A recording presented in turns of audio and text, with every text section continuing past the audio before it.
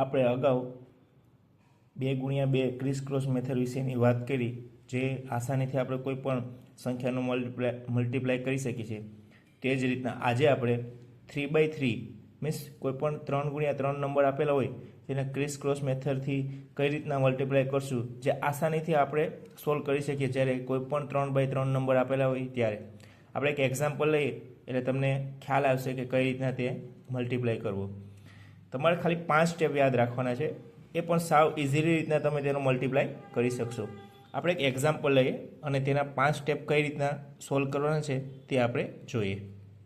એક એક્ઝામ્પલ લઈએ 1 2 1 2 1 2.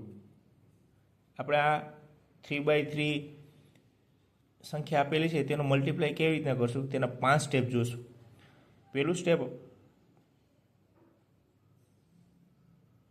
આપણે યાદ રાખવાનું છે કે પહેલા સ્ટેપમાં શું કરવાનું છે કે લાસ્ટ જે 2 નંબર આપેલા છે તેનો મલ્ટીપ્લાય કરવાનો. 1 × 2 એટલે 2. એ તમારા જે જવાબ આપણે લખશું એમાં આપણે એડ કરતા જશું. હવે સ્ટેપ 2માં તમારે શું કરવાનું છે કે જે પહેલા 2 નંબર આપેલા હોય, પહેલા 2 નંબર એને લેવાના નથી. એના સિવાયના જે 4 નંબર આપેલા છે 2 1 1 અને 2, એટલે કે આ રીતના પહેલા 2 નંબરને હાઈડ કરી દેવાના. એના સિવાયના જે 4 નંબર હોય 2 1 અને 1 2 તેનો ક્રિસ ક્રોસ મલ્ટીપ્લાય કરવાનો છે. તો 2 દૂ 4, 1 × 1 એટલે 5. જે 5 આપણે જવાબમાં મૂકી દઈશું. હવે એ જ રીતના સ્ટેપ 3.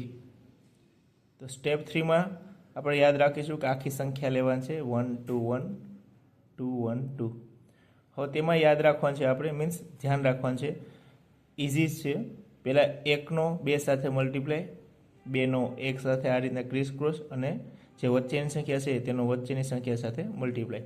તો આપણે 1નો 2 સાથે મલ્ટીપ્લાય કરીશું તો 2, પ્લસ 2નો 1 સાથે મલ્ટીપ્લાય કરશું તો 2, પ્લસ 2નો 1 સાથે મલ્ટીપ્લાય એટલે 2, એટલે જવાબ આવશે 6.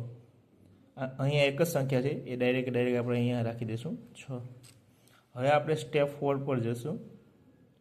તો સ્ટેપ 4માં શું કરવાનું છે તમારે, તો કે આપણે સ્ટેપ 2માં જે 2 1 અને 1 2 લીધું તો એ જ મુજબ આમાં આપણે હવે લાસ્ટવાળા સંખ્યાને આપણે હાઈડ કરી દઈશું અને શરૂઆતની 2 સંખ્યા છે તેને લઈશું 1 1 2 1, જેનો આપણે ક્રિસ ક્રોસ મલ્ટીપ્લાય કરશું. 1 2 દૂ 4 એટલે જવાબ આવશે 5.